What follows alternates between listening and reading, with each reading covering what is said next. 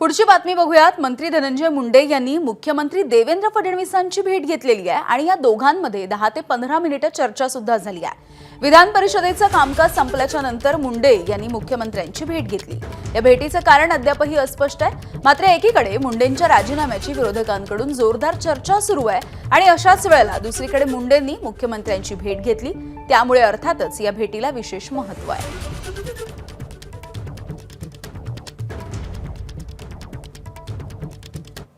दरम्यान नैतिकतेच्या मुद्द्यावरून धनंजय मुंडे यांनी राजीनामा द्यायला हवा अशी मागणी आता प्रकाश सोळंके आणि करुणा मुंडे यांनी केली आहे।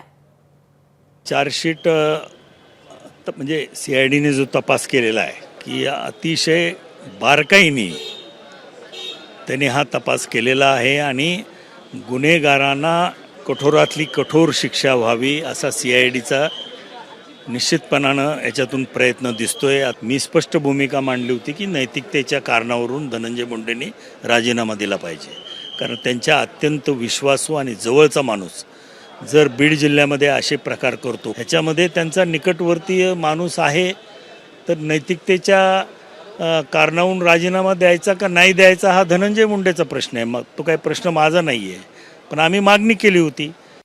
जसे की मला माहिती मिळाली होती की आज त्यांचा राजीनामा अगोदर 2 दिवस अगोदर घेतला गेलेला आहे आणि आज ते जाहीर करतील, पण बहुतेक असा 2 दिवस पुढे ढकलला गेलेला आहे, मला अशी माहिती मिळाली आहे। अजितदादा जे गट आहे त्याच्यामध्ये धनंजय मुंडेचा खूप मोठा कर्तव्य आहे, खूप मोठा पद आहे। धनंजय मुंडे प्रेशर करत आहे की जरी तुम्ही राजीनामा घेतला तो मी बहुतेक पार्टी सोडेन, काहीतरी करेन असं मला वाटते। त्याच्यासाठी आता हे लिहून घेतलेलं आहे, तरी पण आज लोकांच्या समोर आणलेलं नाहीये।